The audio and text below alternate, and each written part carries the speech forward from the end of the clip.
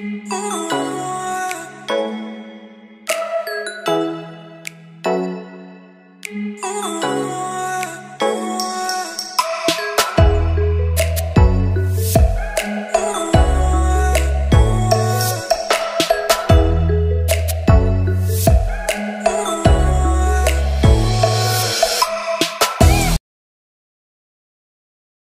मी इयत्ता 7वी श्रेणीमध्ये शिकत आहे. माझ्या वर्ग शिक्षकाचे नाव जगताप सर आहे.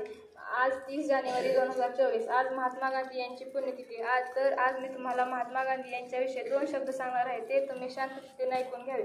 महात्मा गांधींचा जन्म 2 ऑक्टोबर 1869 रोजी गुजरातमधील पोरबंदर येथे झाला.